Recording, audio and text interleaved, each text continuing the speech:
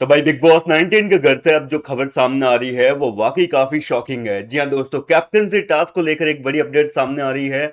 और इस खबर को सुनने के बाद में इतना तो तय है कि आज यूपी और ग्रेटर नोएडा में फिर से दिवाली मनाई जाएगी, क्योंकि मृदुल तिवारी बिग बॉस के घर के नए कप्तान बन चुके हैं।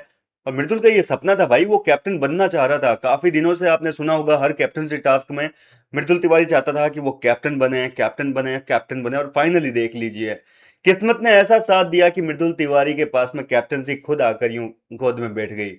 अब देखो, बिग बॉस ने यहाँ पर बहुत तगड़ा वाला ट्विस्ट खेला। मतलब ना कोई सेटअप, ना कोई टास्क, ना कोई फिजिकल फाइट, ना कोई गाली गलौज, ना कोई लड़ाई झगड़े, सीधा सा कप्तान चुन लिया। और बेहद ही अच्छे तरीके से कहूंगा कि बहुत नाइसली जो है ये टास्क हुआ है, बड़ी शांति के साथ हुआ है, और घर वालों को सबको जो है काफी पसंद भी आया।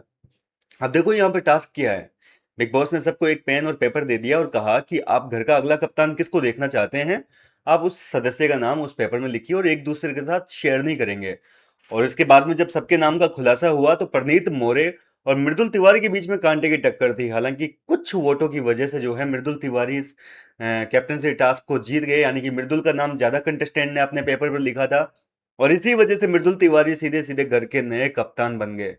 मतलब ये तो वो वाला हो गया ना, चिट्ठी वाला, कि वो होता है ना यार, बाउल में कुछ चिट्ठियां डाल के रैंडमली एक पेपर उठाकर। तो इस तरीके से पेपर के हिसाब से जो है मृदुल तिवारी को घर की नई कैप्टनसी मिली है। और इस समय मृदुल तिवारी घर के अंदर अपने कैप्टनसी की खुशियां मना रहे हैं। बिग बॉस के घर से बहुत बड़ी बड़ी अपडेट आ रही है भैया। इतने दिनों तक तो दिवाली को बहुत लंबा खींच दिया यार। मतलब इतनी लंबी तो हमारी दिवाली नहीं जा रही यार 2 दिन में। मतलब कल कब दिवाली चली गई पता ही नहीं चला। और बिग बॉस के घर में अभी तक दिवाली चल रही है। मतलब थर्सडे से दिवाली अभी तक लगातार चालू है यार। तो इस तरीके से बिग बॉस के घर में आज जो है टास्क होना शुरू हो चुके हैं, झगड़े होना शुरू हो चुके हैं। फिर से खिलाड़ी जो है घर के, वो मैदान में उतर चुके हैं। कहने का मतलब, अभी मैंने थोड़ी देर पहले आपको बताया था कि नीलम और तानिया के बीच में जो बरसों पुरानी दोस्ती थी, घर के अंदर जब से आए थे तभी से इनकी थोड़ी बहुत दोस्ती देखने को मिल रही थी। हालांकि दोस्ती तो काय की थी, घंटा की दोस्ती थी। एक दूसरे की पीठ पीछे चुगलियां करती थी, खंजर भोंकती थी एक दूसरे को।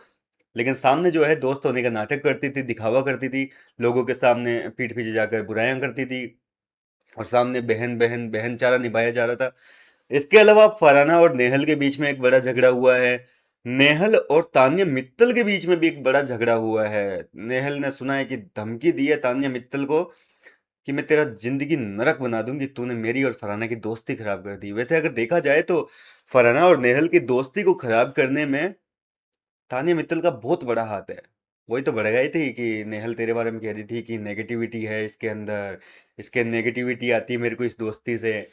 ये सारी बातें तानिया मित्तल ने फरहाना को बताई थी, जिसके बाद में फरहाना के दिल से नेहल उतर चुकी थी, और ये दोस्ती में दरार वहीं से आई थी। कुल मिलाकर घर के अंदर कंटेस्टेंट फिर से एक्टिव हो गए हैं। इतने दिनों तक बहुत अच्छे से शांति से दिवाली मनाई जा रही थी घर के अंदर, और फाइनली बिग बॉस के घर के नए कप्तान मृदुल तिवारी बन चुके हैं। और ऐसे में घर के अंदर इस समय काफी खुशी है। और अब ऐसे में देखना दिलचस्प होगा कि मृदुल तिवारी किस तरीके से घर को संभाल पाएंगे। जहां तक है मुझे लगता है कि नाइसली संभाल लेंगे, क्योंकि देखा जाए तो मृदुल का घर के अंदर कोई दुश्मन तो है नहीं। सब लोग उससे अच्छे से बात करते हैं, अच्छे से ट्रीट करते हैं, प्यार से रखते हैं, बच्चा बच्चा कह के बुलाते हैं। और मृदुल अगर कोई ड्यूटी देगा तो जाहिर सी बात है कि सब लोग कर लेंगे काम।